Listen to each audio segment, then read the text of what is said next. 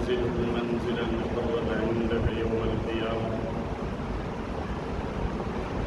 الحمد للہ آج جمعہ المبارک 17 رمضان المبارک ہے. آج کے دن کو بہت ہی اہمیت حاصل ہے اور لیٹ شروع نہیں لینا یہ بھی سنت نبوی سے ثابت ہے، کیونکہ مسلمانوں کی پہلی اور سب سے بڑی فتح غزوہ بدر 17 رمضان المبارک کو پیش آیا اور حق و باطل کا یہ معرکہ اور حق کی فتح اور باطل کی شکست آج کے دن بھی اور جمعہ المبارک بھی اللہ نے دے دیا. دونوں نسبتیں اکٹھی دے دی، رمضان المبارک بھی دے دیا. اس سے ہم یہ امید لگائے بیٹھے ہیں کہ اللہ رب العزت پھر سے غزوہ بدر کی نصرت اور مدد اتاریں گے اور امت مسلمہ کو فتح، نصرت اور کامیابی و کامرانی سے ہمکنار کریں گے. اس وقت پوری دنیا میں امت مسلمہ مظلوم ہے. یہ امت لیڈر تھی، لیڈ کرنے والی تھی، ساری قوموں کو اپنے ساتھ لے کے ان کے آگے قیادت کرنے والی تھی. لیکن اس کے موٹو کچھ بھی ہوں، ہم یہ دیکھتے ہیں کہ ہمارا حرم بھی 6 فٹ کے فاصلے پہ ہے، ہماری مسجد نبوی کے اندر بھی یہی ترتیب ہے اور پوری دنیا میں امت مسلمہ کسی اور کے اشارے پہ چل رہی ہے. اور غزوہ بدر اس میں اشارتاً میں بات کروں گا. ہم نے صرف 20 منٹ کی بات کرنی ہے، تو اس 20 منٹ میں ایک ہمارا موضوع ہوگا غزوہ بدر، دوسرا اشارہ ہوگا سیدہ طیبہ طاہرہ عفیفہ پاکیزہ سیدہ عائشہ صدیقہ میری اور آپ کی روحانی ماں، آج ان کا یوم وصال ہے. تیسرا اشارہ حضور علیہ السلام کی لفظ جگر سیدہ رقیہ حضرت عثمان غنی رضی اللہ تعالیٰ عنہ کا حرم، آج ان کا بھی یوم وصال ہے. اور چوتھا اشارہ آگے اعتکاف کا تقاضا ہے، اس پہ بھی انشاءاللہ 2-4 منٹ آپ کے لیں گے. اور پانچواں کل ہمارا پروگرام ہے، ہمارے حضرت مفتی محمود الحسن شاہ مسعودی صاحب تشریف لا رہے ہیں، اس کے حوالے سے بھی ہم نے بات کرنی ہے. تو آپ کی جتنی توجہ ہوگی اللہ بات میرے دل میں ڈالیں گے. میں صرف 2 اشارے کر کے اپنی بات کو ختم کروں گا. اس غزوہ بدر میں 2 چیزیں ہمیں ملی کہ مسلمان 313 کی تعداد میں، کافر 1000 کی تعداد میں. ان کے پاس 2 گھوڑے ہیں، ان کے پاس 100 گھوڑے ہیں. ان کے پاس 70 اونٹ ہیں، ان کے پاس 170 اونٹ ہیں. بظاہر تقابل اور مقابلہ لگتا نہیں ہے. یہاں 313 مقابلے میں 1000. اب فتح کیسے ہوگی؟ حضور علیہ السلام نے وہاں پہ جو کیا آج امت کرے گی تو انشاءاللہ امت کامیاب ہوگی. نبی علیہ السلام نے پہلا کام تو یہ کیا، مصلی بچھایا اور اللہ کے حضور گڑ گڑائے. حضور علیہ السلام رمضان میں جو زیادہ کام کیا کرتے تھے، ایک کام تھا حضور علیہ السلام عبادت کو ڈبل کیا کرتے تھے، حتیٰ تورمت قدماہ، آپ کے قدمین مبارک جو ہے وہ سوج جاتے تھے عبادت کر کر کے. دوسرا، آپ علیہ السلام کے مال کو ایسے آپ سخاوت کیا کرتے تھے جیسے کہ تیز ہوا چلتی ہے.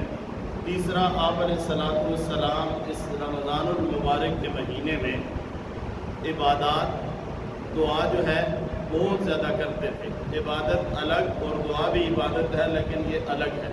حضور علیہ السلام کے مانگنے کا انداز بڑھ جاتا تھا، عبادت کا انداز بڑھ جاتا تھا اور آپ علیہ السلام کی سخاوت بڑھ جاتی تھی.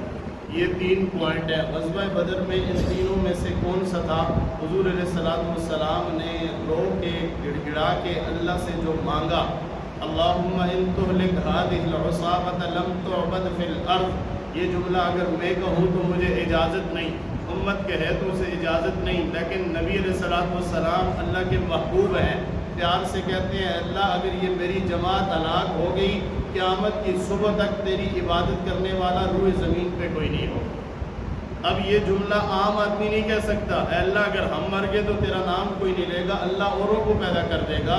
اللہ کی شان تو بے نیازی والی ہے، لیکن حضور فرما رہے اللہم ان تہلک ہذہ العصابۃ لم تعبد فی الارض، اے اللہ اگر یہ 313 کی جماعت، یہ میری جمع پونجی ہے، یہ ساری محنت ہے، اگر آج یہ دنیا سے مٹ جاتے ہیں لم تعبد فی الارض، پھر قیامت تک تیری عبادت زمین پہ کرنے والا کوئی نہیں ہو۔ اللہ نے اپنے محبوب کو رسوا نہیں کیا، اللہ نے جبرائیل علیہ السلام کو بھیجا، فرشتوں کو بھیجا۔ یہاں پہ دو چیزیں ہیں، مسلمانوں کو فتح ہوگی، ایک تو نصرت اور مدد الہی کی وجہ سے، اور دوسرا مسلمانوں کے اندر جذبہ شہادت تھا۔ حضور علیہ السلام کی تعلیمات سے مجھے آپ کو یہ ملتا ہے کہ اس امت کے اندر وہن کی بیماری پیدا ہوگی۔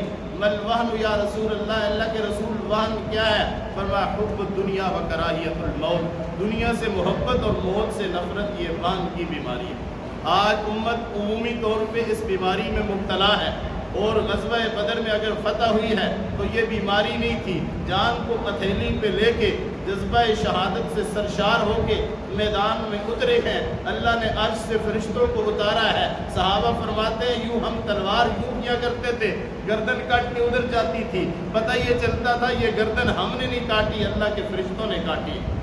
اور بعد میں جب گردنیں کٹی، صحابہ نے اٹھا کے دیکھا الگ الگ کیسے کیا، یہ بندے کا مارا ہوا ہے یا فرشتے کا مارا ہوا ہے، یہ صحابہ کا قتل کیا ہوا ہے یا فرشتے کی مار ہے۔ تو صحابہ فرماتے ہیں جو ہماری تلوار سے قتل ہوتا تھا اس کی گردن سے، اس کے وجود سے خون نکلتا تھا، اور جو فرشتے کی مار ہوتی تھی وہ جل کے وہاں پہ ہی سیاہ ہو جاتا تھا۔ یہ فرق تھا لاشوں کے اندر۔ اللہ نے عرش سے فرشتے اتارے۔ علامہ اقبال مرحوم کہتے ہیں نا کہ آج بھی فضائے بدر اگر تو پیدا کرے گا، اللہ کی طرف سے فرشتے اتر سکتے ہیں۔ ایک نصرت الہی کب اترے گی؟ جب فضائے بدر پیدا ہوگی۔ فضائے بدر کیا ہے؟ جان ہے، مال ہے، ہتھیلی رکھا، اللہ کے حضور حاضر ہوں گے، پیش کر دیا، اللہ نے لیے نہیں ہے، اللہ نے بڑھا دیے۔ یہ غزوہ بدر کا کیا ہے؟ مجھے اور آپ کو یہ درس ملتا ہے، اللہ کی مدد تب اترے گی جب ہم مخلص ہوں۔ ہماری یہ جان میری نہیں ہے، یہ بکی ہوئی ہے۔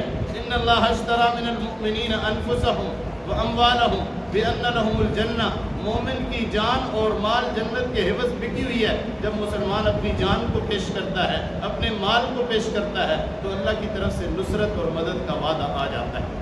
اگر یہ زندہ رہا تو غازی ہے، اور اگر مر گیا بل احیاء ولکن لا تشعرون۔ ہم تو آج کے زمانے میں بھی دیکھتے ہیں، اس دن ایک نوجوان کی تصویر دیکھی کہ چہرے پہ داڑھی نہیں ہے، لیکن جو ہے وہ حضور کی حرمت پہ کٹا ہے، دانت کھلکھلا کے جیسے کہکا مار کے وہ ہنستا مسکراتا ہوا دنیا سے رخصت ہو جاتا ہے۔ قربان جو ان پاکیزہ ہستیوں پہ جو اتنی طہارت اور پاکیزگی والی ہیں، تو قرآن ان کے بارے میں کہتا ہے اولئک هم الراشدون، اولئک هم المفلحون، اولئک هم الفائزون۔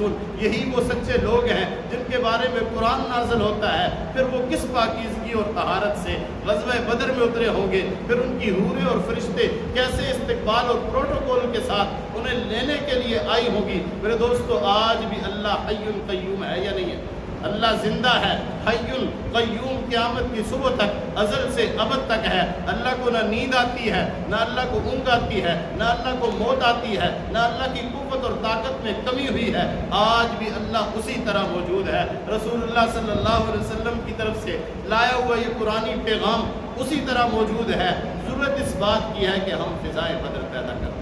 اللہ کی نصرت اور مدد آ سکتی ہے، اور ہم اس امید سے ہم سارے مل کے اللہ سے مانگیں گے، اے اللہ جو بدر کے اندر تو نے امت مسلمہ کو سہارا دیا، تھوڑے تھے کم تھے، اے اللہ تو نے قوت اور طاقت دی، نصرت اور مدد نازل کی۔ اس وقت پوری دنیا کے اندر مسلمان مغلوب ہو چکا، اے اللہ غالب کرنے والا تو ہے۔ تیرے حبیب نے فرمایا الاسلام یعلو ولا یعلی علیہ، اسلام غالب ہونے کے لیے ہے، مغلوب ہونے کے لیے نہیں آیا۔ اے اللہ ہم تجھ سے اسلام کا غلبہ مانگتے ہیں، اور اپنے ذریعے سے مانگتے ہیں کہ تو مجھے، میری نسل کو، مجھے میرے ساتھیوں کو، اے اللہ امت مسلمہ کو قبول کر لے۔